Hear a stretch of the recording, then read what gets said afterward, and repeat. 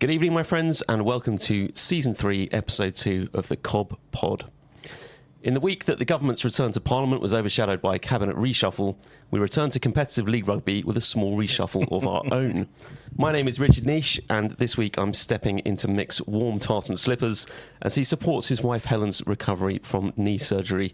We all wish Helen a speedy recovery, and our thoughts are with Mick's kids as they adjust to junior ministerial oversight. I am joined this evening by Cobham's House of Lords as Pete, Alex and Lunny gently guide me through my first Cob Pod debut.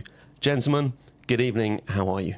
Wow, what an entrance. Yeah, very nice. I like that. Fantastic. Wow. Sorry, Mick. Don't worry, Mick. Nothing to worry about, Mick. Hello. Wait a minute. Mr. Richard Neish, who are you? Yeah. Who are you? Where did you come from? Let me share a little. I am the man, Alex, that you messaged roughly lunchtime yesterday saying, Mick can't do this. Could you help? I, just by way of context and rugby journey, I played my senior rugby for Old Wimbledonians, freshly promoted into our league this season. Yeah. During a period where the RFU would pay for us to fly to play Jersey and Guernsey, and Richmond's first 15 were coming back up through the leagues. Oh, yeah. Thumping. In parallel, for 5 years, I was selected for a fantastically funded invitational side called England Agencies, playing in Paris twice and down in Biarritz against France in a brilliant fixture covered with wraparound specials by the French sports paper L'Equipe. And on a marginally bigger stage, I was the face and foot of ITV's 2003 Rugby World Cup coverage, appearing on screen before and after every single ad break. Oh my God! Well, I never. This is celebrity. Wow. As a celebrity, as a career, we didn't know this. As a career back, it was my first legitimate opportunity to go into hair and makeup in full kit. Now, as the boys who I'd grown up playing with succumbed to long-term injury or marriage, my wife Becky and I moved from Wimbledon to Cobham, and at the end of a season where we won a Surrey Cup, I stood there with a medal in one hand, a newborn daughter in the other, and thought, I'm done. I've played my rugby, I've had the time of my life, and I want to focus on being a good dad. Now, I think that lasted about 6 months before I came down to Cobham just to play touch on a Wednesday night, as many before me have and have since. I'm only going to play touch. And at that moment, Kieran Notter put his arm around me, welcomed me to the club, and proceeded to call me Dave for the next 3 years. Today, I play fly half for Cobham All-Stars, our vet side. I've coached in the girls setup for the last 3 years, and I coach the under-12 boys under the fantastic leadership of Pat Metican, who's done such a great job of moulding a squad of players, Thunders, 8.8, a cohesive and supportive group of parents, and a coaching group that includes Dave Stewart, Matt Jones, Alex Medwell-Bates, Tristan Craddock, and Susie Sneed, who is both a brilliant coach and an incredible role model and influence for the boys. Tommy Cobham and Alan Hopley are our management fixers, and we're revved up and ready for our 8th season with the boys, which feels ridiculous. Wow.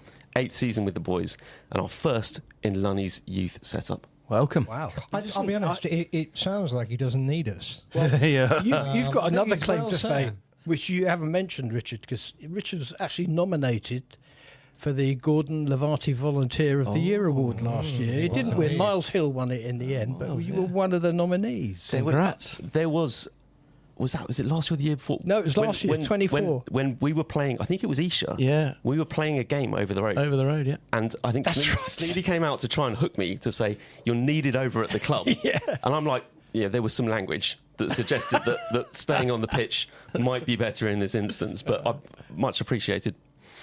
Wow. There we go. Well, it's a good start. It's a good start. And so, Mr. Neish, in your first action as host, what's on the stocks for tonight? So we're going to look at pre-season, and pre-season as a club, I think, more than just how are our first 15 looking at pre-season, but as a club-wide, how are we approaching pre-season and getting ourselves in the right state of mind to play. Then we're going to look at the getting right into the season, into competitive rugby, looking at the first 15, second 15, the first games. We're going to look at how we've performed during pre-season as well in our pre-season fixtures. Then we're going to take a look at coaching in the minis, youth, the ethos of coaching and how we go around coaching the coaches as we go forward. Following that, we're going to talk about the Women's World Cup, and there are some incredible stories in this World Cup, and I think it's one that we're all watching and rooting for hugely. And then we're just going to go generally around the club updates. But first, we are joined in the room, and I'm going to give him a second to sit down. We're joined in the room by Billy Davison. Billy Davison. Thanks for having me. Billy, welcome. Thank you, Pete. So I'd just like to pick your brains for a bit and join in, fellas. So we had a couple of warm-up games. First one, Old Regations. I came down and watched that one. Looked a bit chaotic. Went a bit ring-rusty, perhaps. And then Isha. Positive from the start. Isha Twos is the point to this. Sit down, Billy. Don't go, Billy. Please, sit down. Isha Twos away. What a fantastic result that was. So what happened? Talk us through those first two games. Well, I want to be friendly in here, but I disagree with you on the Regations game. Right. I've seen, I don't know how many. This is my 40th season or something crazy. So I've been involved in lots of pre-seasons, and lots of that first block against Regations was the best I've seen in terms of cohesiveness and in terms of what you want from a young squad that did so well last year. We went straight off the bat, and a lot of that has been driven by a brilliant pre-season. And I'm conscious of who might be listening to this, and we're going into the league coming up. The irony of talking about how good pre-season has been is I've just finished the session, and one of those horror ones that came out of nowhere that no one predicted. But I was super happy with Regations. The Isha Twos game where you were there, it was a stunning evening of jouet and attack and pace, and fantastic. as long as we've got the ball, we've got a chance. It was lovely. So we had a couple of people on 2 weeks ago who we had Finn, who's been around for a while, and we had Charlie. Yeah, Charlie. It's quite new. Has there been many new players this season, or are we looking at the same sort of squad as last year? There's always change. You always hope. In my position, we always hope to see new players all of the time. We do our very best whenever you get a chance to go on Instagram, or in this scenario here, in this media here, just to keep pushing the message that this is a good place to be. Mm-hmm. And that's really my kind of main driver, is not winning games necessarily, but it's creating an environment that people want to join. And we had 2 new ones today, so they keep coming, but the bulk of the team is likely to be faces that you remember from last season. Not all of them, but 60-70%, and that gives us a foothold into driving into this league in a more kind of competitive way. If that makes sense. No, it does. And I've seen you at training the last couple of weeks. You've still got a lot of the young lads who haven't gone off to university yet. Some of the Colts just moved up, and I've seen again some of them there this week. They fitted in okay, have they? They've found their I've developed an eye and how to put this, a kind of way of going about it where I don't look at the age. So if you are training with us and you happen to be 17 or 37, it's whether you're the right fit and whether you should be in the game. I mean, we're celebrating the performance at Isha's second team, and we had, I think, 23 players and 7 teenagers. I mean, amazing. That's really, to play 2 18-year-olds in the middle there that were just fantastic. Yeah, it's great. And I know that you've already, in our pre-season in the Colts, made a connection and come over and spoken to the boys, and I think that's created a bit of a buzz. There's an expectation that some of the older boys will want to stay around and train a bit with the seniors, as and when it's appropriate. So I think that's good. I had a lovely moment. I went to the charity cricket match over at Ivorian. Yeah, it's an unbelievable day there. If you haven't been to the York charity cricket match, I could recommend it. But I went to get my first drink, and there was a young man who I hadn't met before. And he's halfway through pulling a pint, and he's like, "Oh, you're the guy that came and said hello to us," and and all that sort of thing. So, it's Felix, which I love, Felix. Felix Borty, a great character. Yeah, he's a really, really good guy. I love that. Just picture that then. Imagine you're his age, back in your playing career, right at the outset. You mentioned 40 pre-seasons. How that gap between what pre-season was like for you at that age versus the practice, the ethos, the approach that you bring to players of that age today. Talk us through that massive leap. You know, my first senior game was here, Old Caterhamians in, oh my God, it's a long time ago. And Tommy, can you look it up? Tommy Cobham? Look up the... those of us that played pre-Tommy Cobham have got this kind of long-running grievance that the caps that he counts that only started when he started. Yeah, tell me about it. I did manage to get 100 caps since he came, but since records began. There was a fair. You want to add? Since records began. There was a fair few before that. So my experience as a 17-year-old was playing in. Just bear with me, as a story from. I played Old Caterhamians against, I think it's Old Guildfordians or something, for the third team, and I was 6'5" and like 70 kilograms, skin and bone, right? But I could run. That was my thing, just run and run and run. And there was a moment in the game where the ball came past me and came to our left winger, and we were about 10 metres off our own line. And fantastic catch by the left winger, and he got it in both hands, and he looked down the pitch. He said, and looked at it was like another 80 metres to go, and he just kicked it off the pitch because he was 51 years old, and I'm a skinny 17-year-old losing my nut. Just give it to me. I had to run it. That was my first experience. And you still see him in the bar. Well, some of the bods that I was playing with there are now presidents and looking at podcasts and all the rest. So that connection still remains. But I finished that story where I was playing with another friend of mine, Gareth, and two 17-year-olds. And we were going up to the bar, and we had this, counting the coppers, and have we got enough for 2 pints between us? And we didn't get, there was 4 deep at the bar, and we never got anywhere close to it because every guy there was like, there's a teenager, let's buy him a pint, and all the rest. And very good. Fond memories. Fantastic. So, Billy, we've talked about pre-season a bit. First game coming up, Old Caterhamians. I think they won 20 of their 22 games last it was season. that club, the club that they've just been promoted. Is that right? That's right. They've come up, and Wimbledonians came up one below them from the same league. So what are we expecting on Saturday? We're well served a little bit by our experience last year. Our first game was against Old Rutlish, and they'd come up, and there was not a sense that they were a lower level and they were coming up, but there was a surprise there, and they actually turned out to be one of the stronger teams. They did indeed. They were contenders all the way through. Very strong team.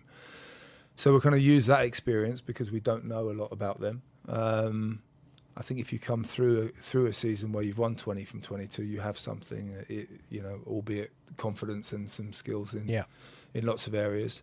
I know there are 2 coaches there. Steve Wagstaff is there, as a guy that I worked with at Westcombe Park, and he's someone that knows his stuff. So I would expect them to be well prepared. Yeah.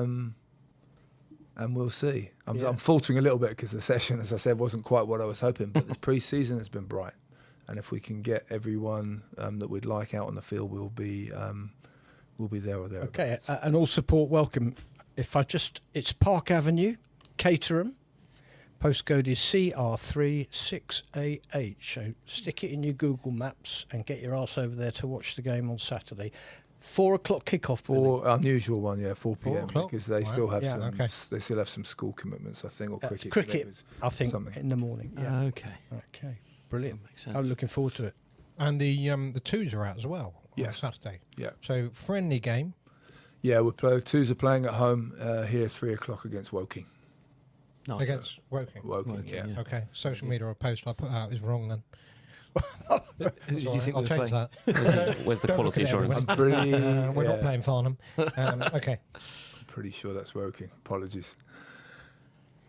Okay, cool. Thanks very much, buddy. I was going to say, Rich and I were talking before the pod started, and one of the things we've really thought about really positively was the last time you came on the pod. You talked a lot about culture and about the way you bringing players through, and I think that was. I remember driving along in the car and listening to that at that time and just being quite inspired by that.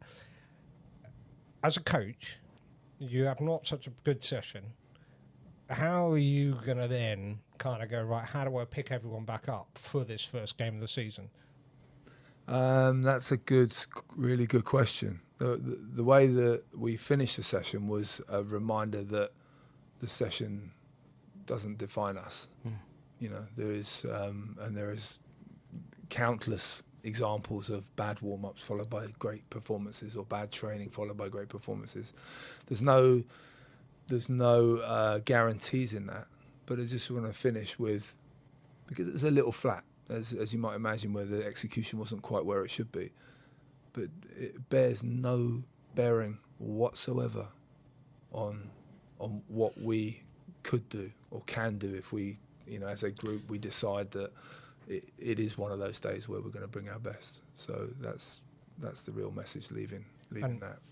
And just to finish us off, obviously, we're really keen that people look out and see the team sheet, find out who's playing for the ones. So when can people look out for the team sheet? When will we be able to announce the team, do you reckon?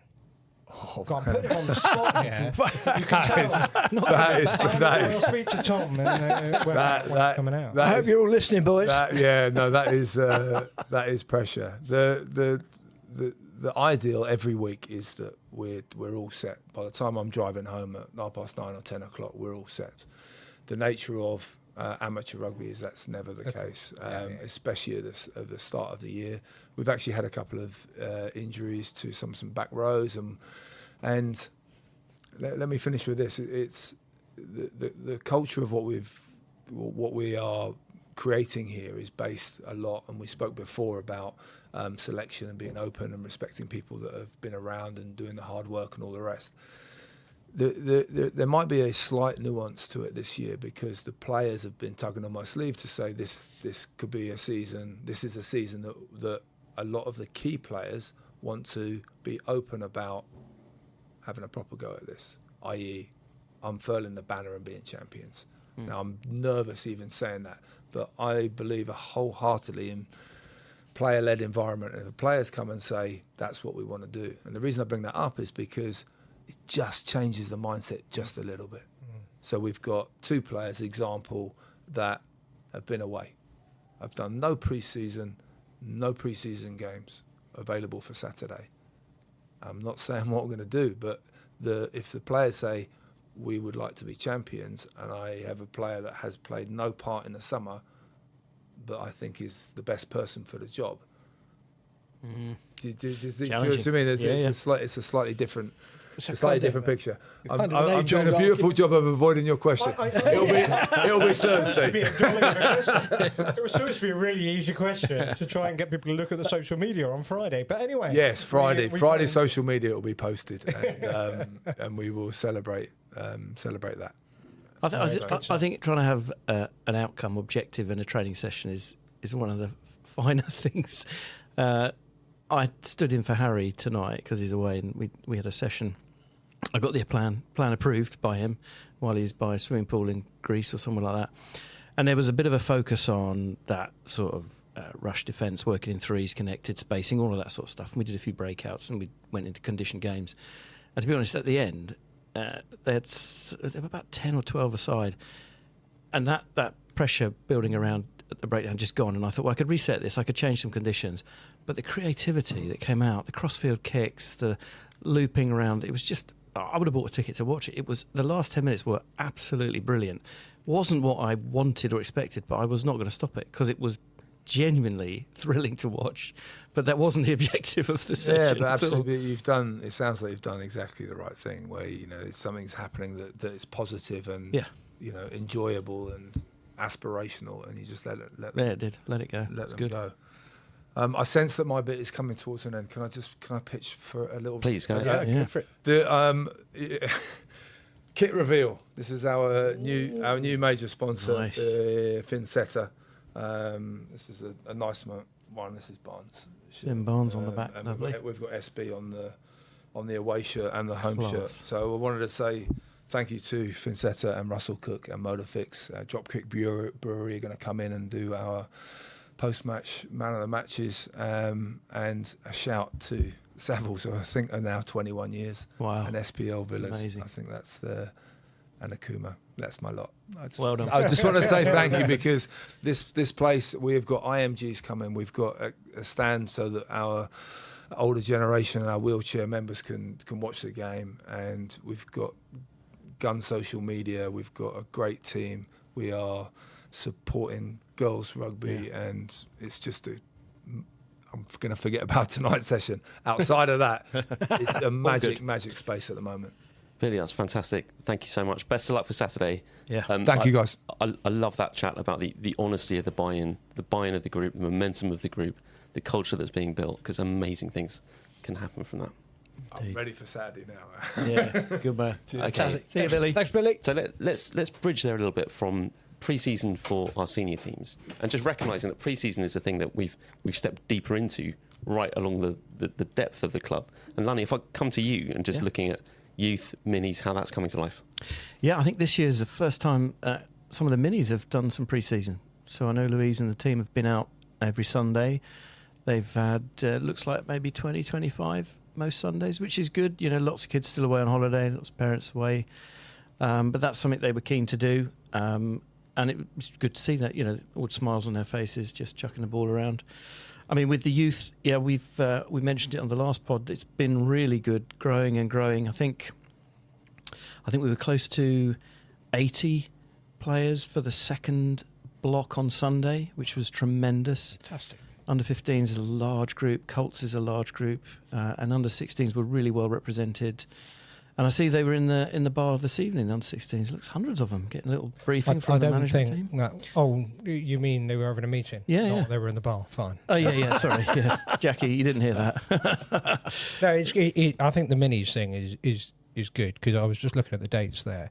The first festival is the 5th of October. Yeah. And you know, that comes about really quickly, especially if you're like under 9s, when you're just introducing tackling and you're just introducing contact. Some of them are really ready, some of them not so much. Yeah. And then, you know, 5th of October comes about really quick. It does. And there's a couple of things. So I think with Spratty, Harry and Alex as the sort of senior lead coaches in both of the youth setups, where they've done 12, 13s and 14s together, and then 15s, 16s and Colts, there's been a bit of an emphasis on coaching the coaches, helping them look at, you know, what to avoid, what not to do, but how to get your point across without stopping the game, and, you know, slowing everything down so the kids can play as much as they can. So there's been really good content for the kids, but I think the coaches have taken something away as well. I found that really fantastic. Actually, just having not even like groundbreaking coaching, I mean that very respectfully. Yeah. Sometimes it's just a reminder, Yeah. like the permission. We were trying to get one point across, and it just wasn't landing. And we're trying to move the session on. We're trying to take it further, and then we stopped it. We took it down to walking rugby, which the boys hated, and then all of a sudden, the point that we were trying to land comes through, because the guys are like, I've got to do this now, because then we can get back to playing running rugby. And it was just that simple permission. Yeah. Like just take it down a notch, go again. I also think it's been wonderful training, like interspersing the year groups. So I'm 12s, and we've had 12s and 13s together a lot, actually, and mix them up. And that's a real positive. And I just wonder whether that's something that we should do more throughout the club. Yeah, I think you mentioned that on Sunday. I think it's good consideration, because we've done it in pre-season probably for the last, probably through my tenure, so probably 4 years at least. It was something Sim was keen to do. But there are so many benefits. I think you can talk about some of the older players looking at mentoring, you know, getting a bit of a kick, helping some of the youngsters, and the youngsters looking up and seeing how things should be done. I know some of the coaches coming up into the Colts, so my son's in the older year group, but some of the session on Sunday had so much energy and so much pace about it. And Harvey Thornycroft said, your boys are just lifting our boys, you know, and it created some brilliant rugby again, just so fast, so creative. So there is definitely positives in bringing those age groups together occasionally. So we had another guest coming in. Ooh. Oh, yeah. Did anyone tell you, Rich? Or have we... Scanning down the notes, looking around the room. Scan down the notes. Okay. Let's bring in our next guest.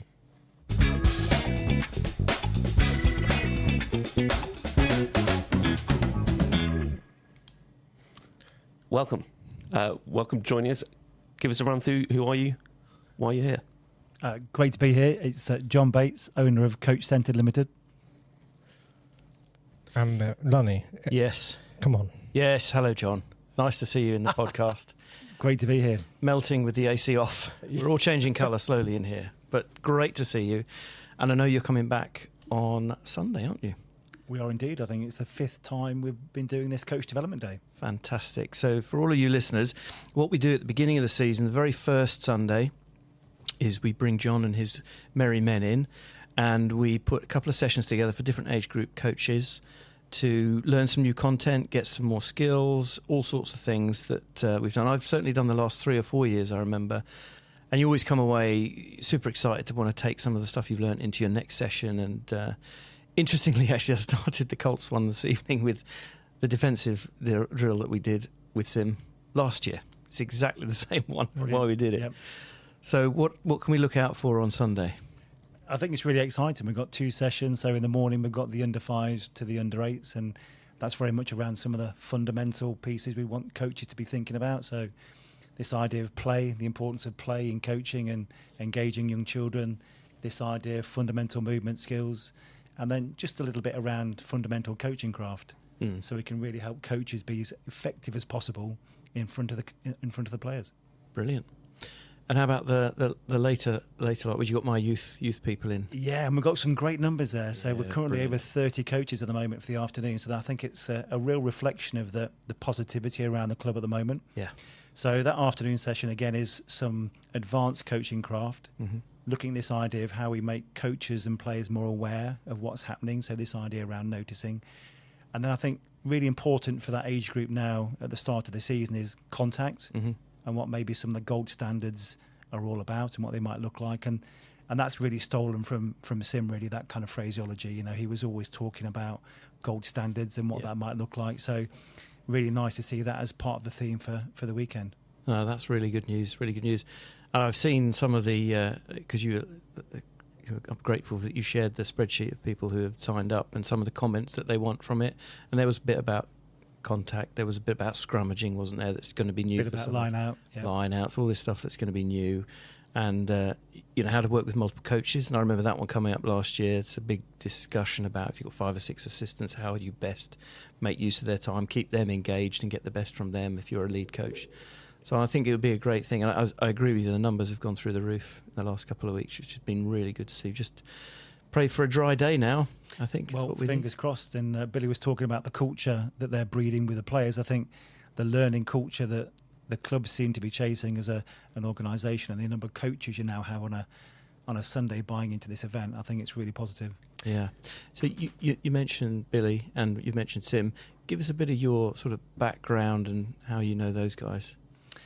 Well, actually, once I finished teaching and did a master's many years ago, I then jumped into England Rugby there for 18 years. And through my time at England Rugby, I mentored many, many coaches, and Sim was one, Billy was another. And it's a great way of getting to know people personally, but also that wonderful opportunity advancing their coaching skills. Yeah, brilliant. So there's a strong Cobham connection already. There is. And I had a question for you, because I mean, you probably heard me talking to Billy there about the last 10 minutes of the session I ran, which was a joyful 10 minutes. What is it that you get most from your role? Because it's all encompassing, right? You're running your own business, you've got administration and invoices to send, etc., etc. What really sort of floats your boat? What do you get most from? For me, it's definitely those learning moments you see in people, those changes in behaviour, which may not be automatic, but the fact that people are taking away some of the learning and then looking to apply it. And I think when you see people's behaviour change to the benefit of others, so the players that will now benefit from what happens on Sunday, I think that's hugely rewarding.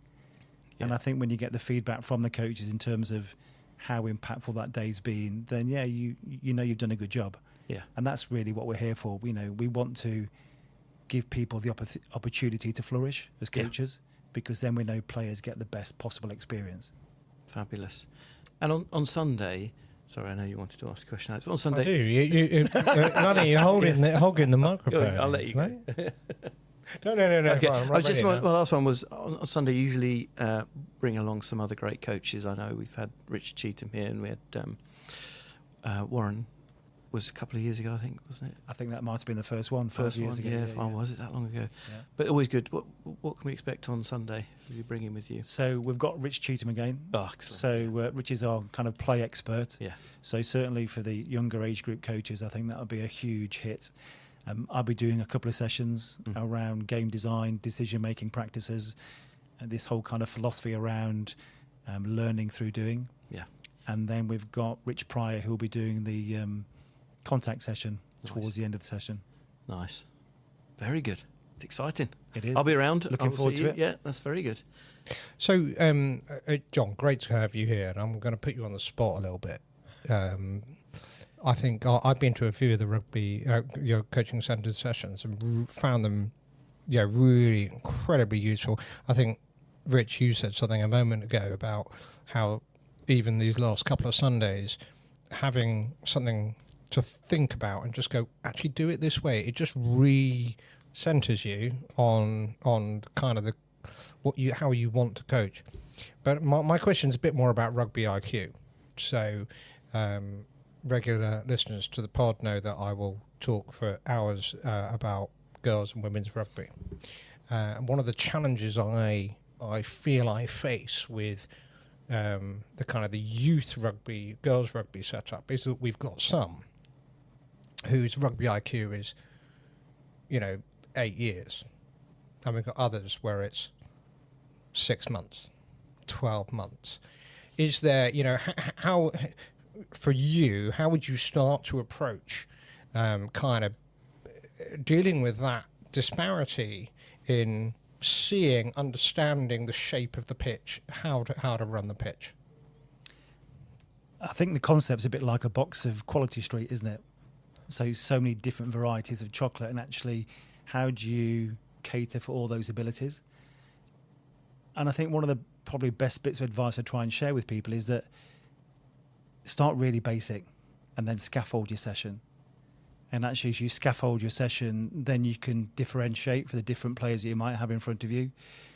I think sometimes coaches, we might jump in a little bit too quickly with too many challenges for players, and actually, understandably, they might not grasp what we're trying to do. And then all of a sudden you start to see coaches who get somewhat frustrated with the players, when actually, as a coach, we could probably temper what our initial objective might be, and then slowly add layer after layer after layer as you see players grasp what you're trying to achieve. That's good, and I can see a lot of people around the room nodding. And anything you kind of want to comment? I was wide awake. How dare you? Nodding, not nodding off. No, not nodding. Nodding in agreement. Just one piece. So things like coaching, things like design, fashion, business, everything evolves and goes in waves.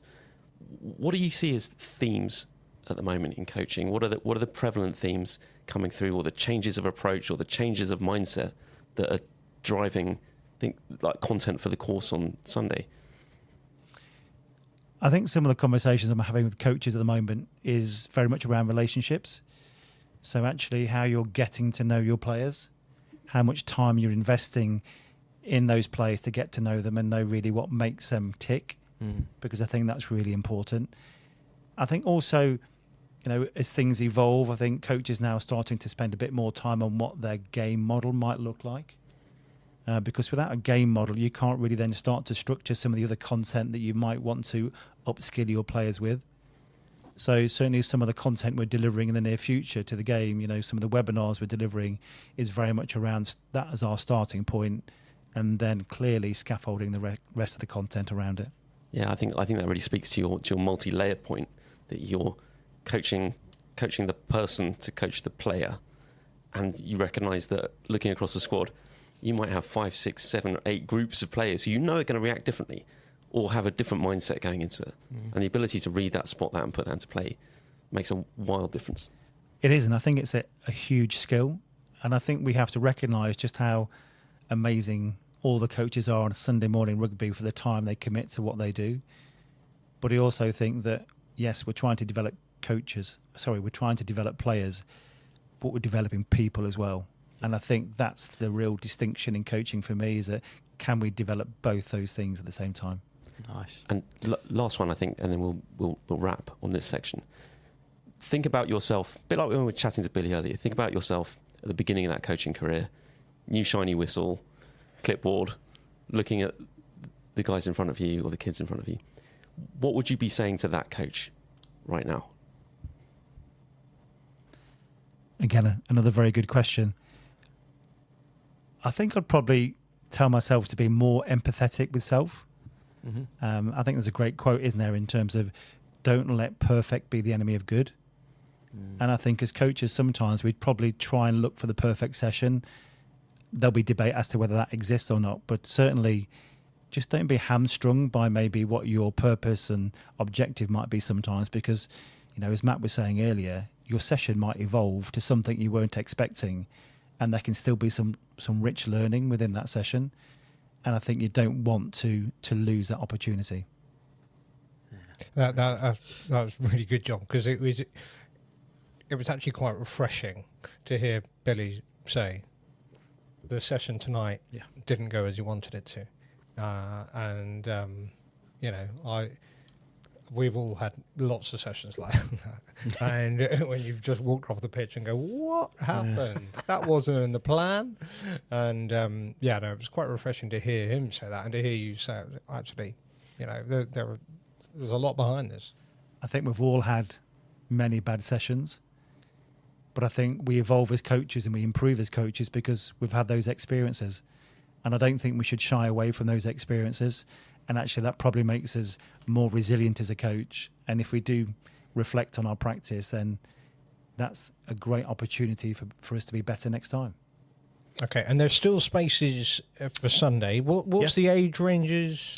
So the the morning one is under 5s through to under 8s, I think, isn't it? Yep, that's correct. And then we'll have under 9s through to under 14s in the afternoon. And then throughout the season, for the 15-a-side game, we'll do some specific CPDs on maybe back play, line out, and things like that. So we know where to find you for as we develop those. Brilliant. And just to drop a footnote in there, there's a number of bits of content that we're delivering in the near future. There's going to be Coach the Coaches, one a month from October through to March, which will be accessible to all coaches across Surrey. And there's also the coaching performance webinars that we're launching on the Sunday the 14th of September. So take a look at the website and get yourself on there. John, that's been fantastic. Thank you so much for joining us. Best of luck for Sunday. Some brilliant insight and advice there. So take that, engrave that on an Acme Thunderer near you, and put it into play at first opportunity. So, John, thank you so much for joining us. Thanks for the opportunity. So if the coaches are enablers of the game, in the same breath, we've got to look at our sponsors as enablers of the game and enablers of the club and what we do.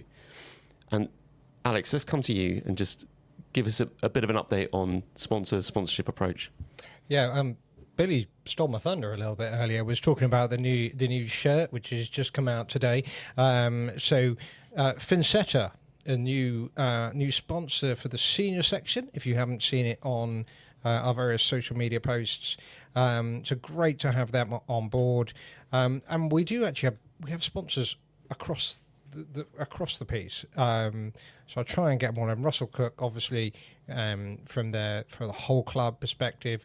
And the minis, we've got Savills property. We then have SPL Villas for the youth, and Drop Creek Brewery coming in now, which is great news. We're scoping out some events.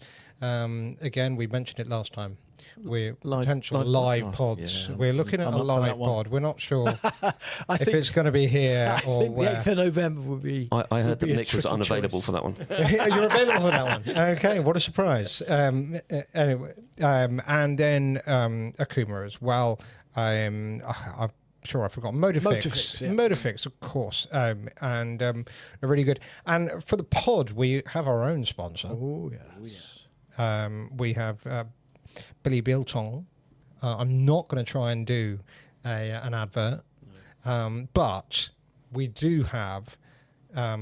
Pete, you look like you want to do an advert. I'm not going to do an advert. No, I'm not doing an advert. I said we used to do a quiz, and maybe for the next pod we should we should reinstate the quiz. It just so happens that for those of you that are followers of the Cobham Rugby WhatsApp channel, so for those that don't know what WhatsApp channel is, basically as well as a WhatsApp group, you can have a channel where you get news about the subject you're interested in. It's one of the little icons on the left-hand side of your screen. There is a Cobham Rugby channel. If you subscribe to the Cobham Rugby channel, you will see a question, and it's a multiple choice question. This is to win some Billy Biltong. The question is, USA won the very first Women's Rugby World Cup in 1991, beating England in the final. How many days did the whole tournament last?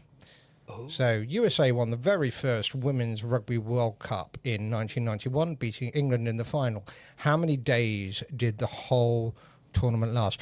As I don't know the size of the prize that you're going to get from this, I'm going to just say it's 5 kilograms of biltong. I'm sure it's not, but there is a promise of some Billy biltong, which of those of you that ever in Cobham on a Saturday morning, you will have seen the little stall next to Gale's Bakery. Yeah. You can pick some up. You can pick some up in the bar, but you can win some. So go and check out the Cobham Rugby WhatsApp channel now. The question is there. Is that where we put the answers? Where do you want the answers? There's a poll in there, or it's live at the moment. Oh, fantastic. Very good. Very good. It's interesting, isn't it? So, Rich, where are we going now? Well, I think we pick up on the bridge that Alex mentioned there. So anyone who loves the game of rugby is watching the Women's World Cup right now because it is quite simply infectious. There is an incredible standard of sport, but just seeing just like the wonderful celebration, the games that happened over at Northampton, just seeing the celebration of the Samoa team, like that gap between the haves and the have-nots that as a headline should be quite harrowing, but actually it just creates wildly different positivity and celebrations. And I just think it's been such a positive force. Was that the Samoans scored their first points? Was that the 3 points? Yeah. I mean, but they've crowdfunded to be at the World Cup, I think. Yeah, they have. Right. They have. It's staggering. And Rich, I agree with you. I've watched not a lot of it, but I've watched a number of matches, and I think one of the most favourite moments for me was the Brazil captain being interviewed after they got beaten by South Africa, and she had her interpreter there. And the thing she was saying was like, "We're just so happy to be here. You know, we're showing up for Brazil." It was, it was really moving. And then you had the Samoan coach. That clip that's gone viral. It's staggering what it's creating this World Cup. Yeah, absolutely staggering. Did you see the post-match interview with the Samoan 10 who kicked the 3? And there was a live interview straight after, in which it's one of the most incredible things she's ever done. Bear in mind that she herself, I think, was a mother, but she then broke into tears, and her grandmother had died that week, and it just meant so much to her, and it was just on a different plane. Yeah, it's creating some great moments. There have been some one-sided games, but there's been some close stuff too, some really edge-of-the-seat stuff. The USA, Australia, 31-all. I mean, that game went kind of backwards and forwards. Amazing. I just think the way in which the game has tried to evolve, I think 16 teams for the first time. I think it goes to show what the game is trying to achieve going forwards. And, okay, there's a few mismatches, but I think the coming weeks, there's going to be some some fantastic contests, much closer. And I think in the first couple of men's World Cups, there were some amazing mismatches in that as well. Yeah, that's kind of receded into the past largely now, hasn't it? Most games are really hard fought, often quite close. Yeah, and I think we're seeing there's a cultural shift happening as well. When you see Chloe Kelly going into the England changing room and just that mutual respect, and how much like game recognises game. Like that's a really good point. And when you're seeing the personalities come through, and rather than the sense of we must conform, it's no, just be yourself. Go out there, be everything that you want to be a brilliant sports person. Yeah. And I just think it's inspiring a whole generation. Agreed. Yeah. And I think you can see that in the crowd. I think the engagement and connection between the players and the crowd is much different to what you might see at the men's internationals. I really think it is. We took a group of girls who play here at the club last year to the Principality to see England-Wales. And just the experience of being in the stadium, and everyone's in Cobham shirts, but the experience of being in that stadium for the women's game was just exceptional. And it was great. And actually, we thumped Wales. But no one would have felt like that on the ground. Everyone together, everyone just celebrating. And it was really unifying. It is a different vibe. And Rich, you were here on August 23rd when Harlequins women brought their game to us. Harlequins are running, which I think is a fantastic initiative. They're taking their early cup games and they're taking them out into the community. So Quins played against Exeter women here at the club, at the AGP, and I think they're going to go out to Horsham quite soon and do the same again. I think it's this weekend. Sunday. Oh, is it the weekend after? No, it's Sunday the 7th. It is Sunday. And I just thought it was just such a wonderful day down here at the club. I think it was at 500 people. Yeah, I think Quinn said they'd sold about 800 tickets. I did a quick sort of tally up. I think there was between 500 and 600 around the pitch at its peak. But just, I was saying to John earlier on, just a wonderful day. So many positive conversations and happy people. You know, loads of young players being blooded by either team.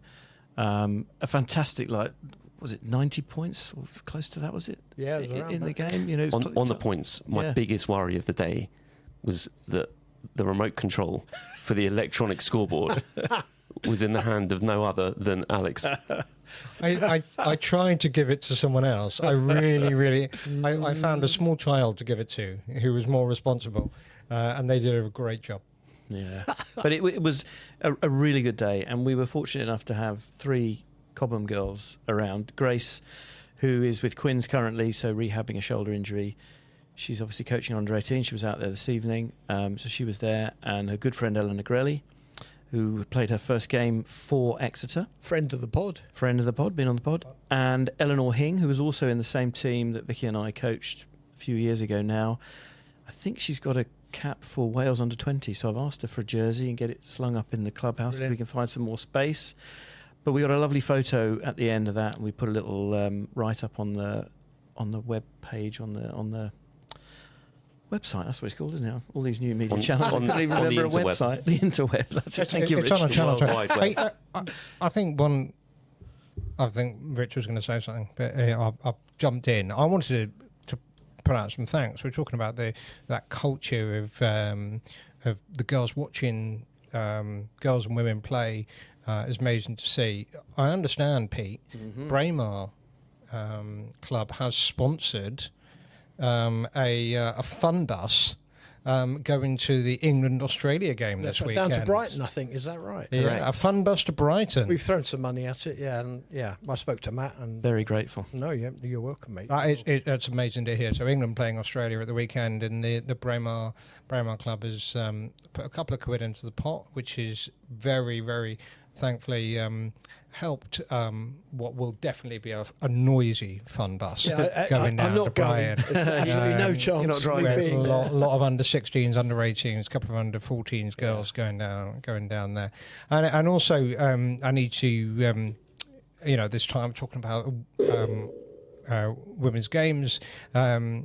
Massive shout out to Patrick Higgins and MasterCard, who wanted to celebrate those people who are contributing and getting involved in the girls' game, and provided some tickets for Sunday's games at Northampton, including South Africa. And if anyone has caught up on the South African journey, making it through to the quarterfinals, I was looking at some of the stats.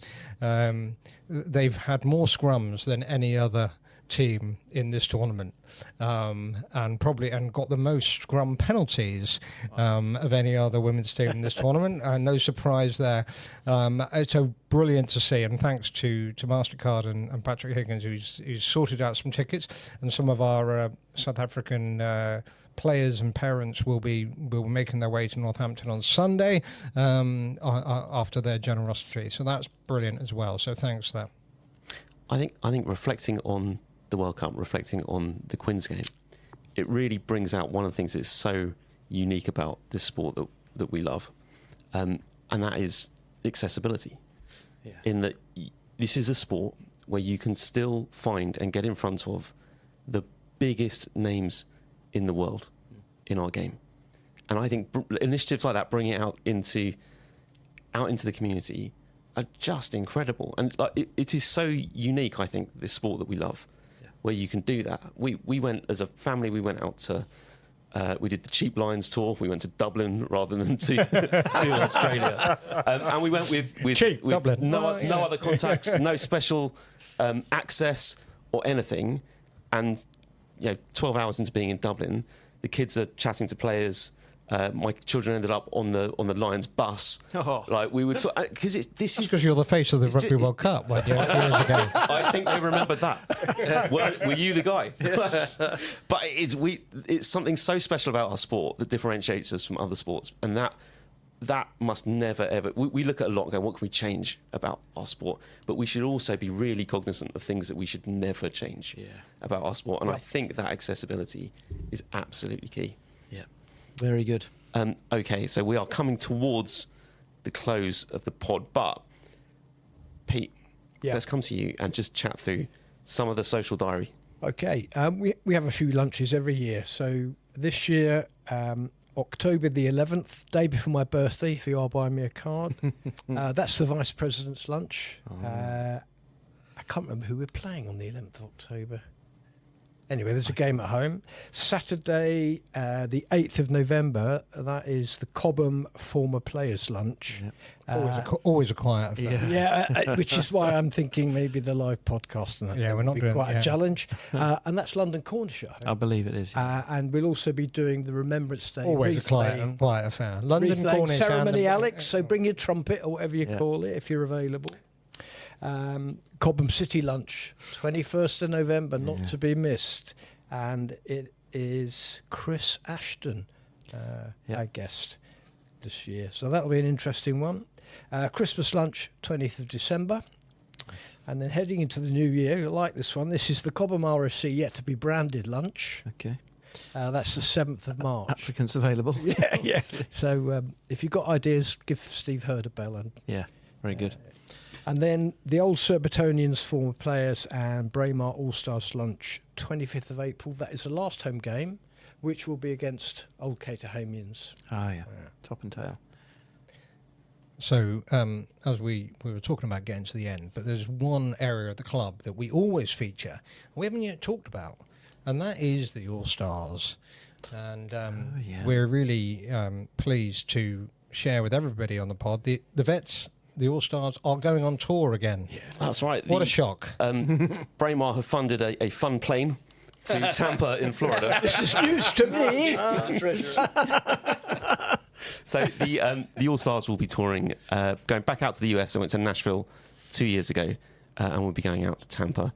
I think that the programme's being put together at the moment. Deposits are being paid right now into Cobby's personal account. Yeah. So if you want to send some money to Cobby, do it now. Get your name down. Fantastic. Another great tour for the All-Stars as they go forward. Now, my friends, class. You have metaphorically held my hand and brought us to the close of this show. Big thank you to Billy and to John, our guests. Really appreciate that. Really appreciate you taking the time to do it. Huge thank you to Alex, to Pete, to Lunny for guiding me through first show. Massively appreciate that.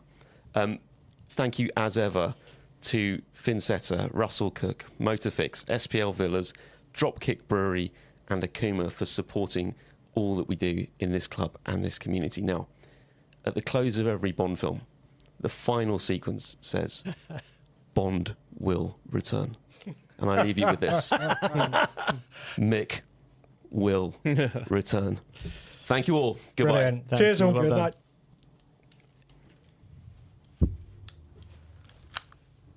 Oh, is that about 50 minutes?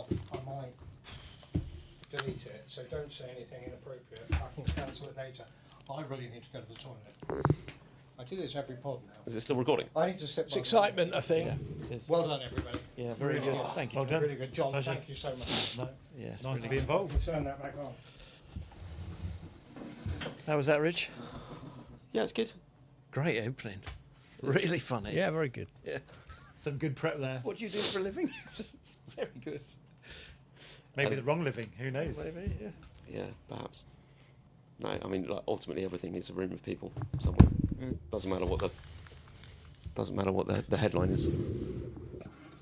Oh, that was good. And you do this what, every week or every 2 weeks? 2 weeks, yeah. I can see why it gathers people. Good fun. It's nice. It's a bit like You've covered quite a lot there actually. Yeah. Just Normally under about an hour. yeah. Normally an hour. It's a bit parish notices, isn't there? There's a bit, that we'll do, a big shout out for the coaching course. Even if you weren't here, we'd have talked about that. And actually, the sponsors got plenty of. Yeah. They get their airtime. comments, And I think the big difference is the minute the season starts. I think the team here have done an amazing job of getting the kids' voices in, and actually all the way through the playing groups. Yeah, that's true. But I think for the kids love being on it. They love it. It'd be interesting, wouldn't it, if the players, the children, had their own podcast. That's in for 1 week or one of the fortnights. They delivered the whole thing, rather than you guys. We'd like you to come back and organise that. I also think it's a generation. Alex looks like he's the man, doesn't he? Hey? It's a generation that have grown up kind of watching people present things on YouTube, so that they're actually surprisingly media trained. Yeah, 100%. You'd be surprised how much they do. Yeah. Either formally like this or clearly informally on TikTok. Yeah. You name it. Yeah, holiday blogs and stuff. Yeah. It's the way forward for sure. Well done, gents. Yeah, well done, mate. It's good. Well done. Just flows, doesn't it? You've definitely got an invitation for another occasion. I think so. I can do bench. happy to be bench. You can take with me. I mean, that's it. If you've got a pool of people that Yeah. can do this,